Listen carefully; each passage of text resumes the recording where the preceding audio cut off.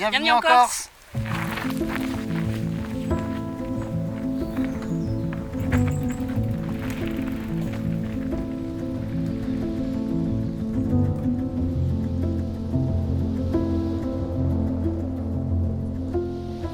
Depuis le ciel, je les observe.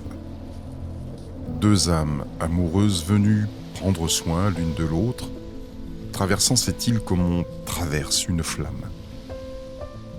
Ah, la Corse.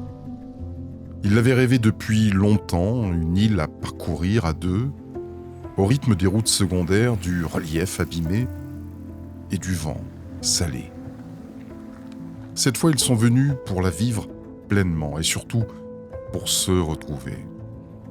Il y a des moments où deux personnes ont besoin de s'éloigner, pas pour fuir, mais pour se retrouver, prendre de la distance avec le tumulte, les habitudes, les horaires, se donner un peu d'espace ensemble. Être à deux au quotidien, c'est souvent jongler, mais en voyage, cette routine tombe. Il ne s'agit plus de courir, mais d'être là, vraiment. Voyager à deux, c'est créer une parenthèse, un espace à part, rare, fragile, où le temps cesse d'être compté et redevient vécu. Et c'est dans cette lenteur que tout se révèle. Les regards deviennent plus sincères, les gestes plus naturels, les silences n'ont plus besoin d'être comblés, ils deviennent un langage.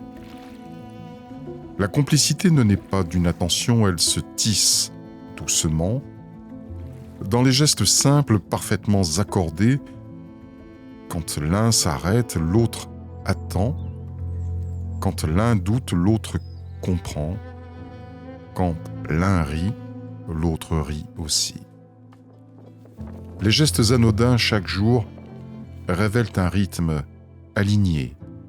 Préparer l'attente pendant que l'autre cherche de l'eau, rire du même détail insignifiant, se taire sans que le silence ne pèse, se comprendre sans rien dire.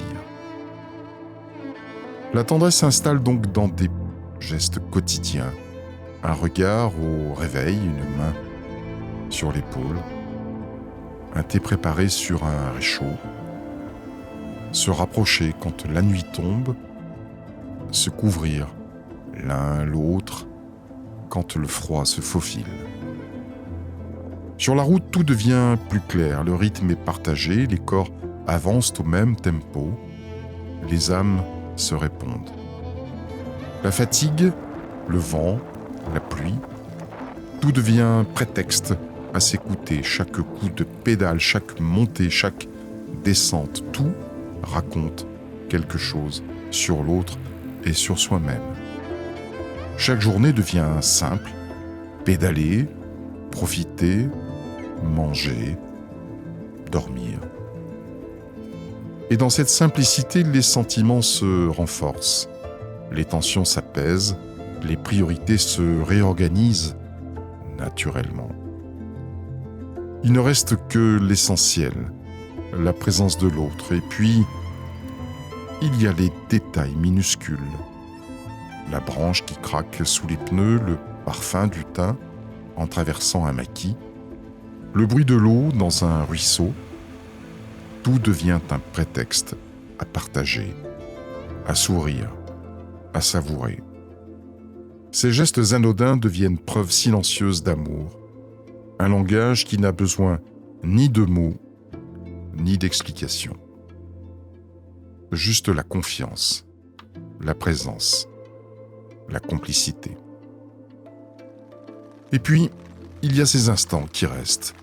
Une nuit d'orage sous la tente, un lever de soleil partagé en silence, des rires qui résonnent dans la forêt, le vent qui siffle entre les arbres, les nuages qui glissent lentement. Ces moments ne sont pas spectaculaires, mais ils tissent un lien invisible, solide, durable. À deux, ils comprennent que la complicité n'est pas un acquis, c'est un choix, une attention. Et quoi de mieux que le voyage à vélo pour prendre soin de la lenteur de la relation. Le trajet, plus que la destination, c'est le moment idéal pour prendre de la hauteur et grandir ensemble. Et parfois, juste parfois, il suffit de regarder l'autre et de savoir que l'on est exactement là où il faut être. Parfois, le monde peut bien attendre. Et dans cette parenthèse à deux, il y a déjà tout ce qu'il faut.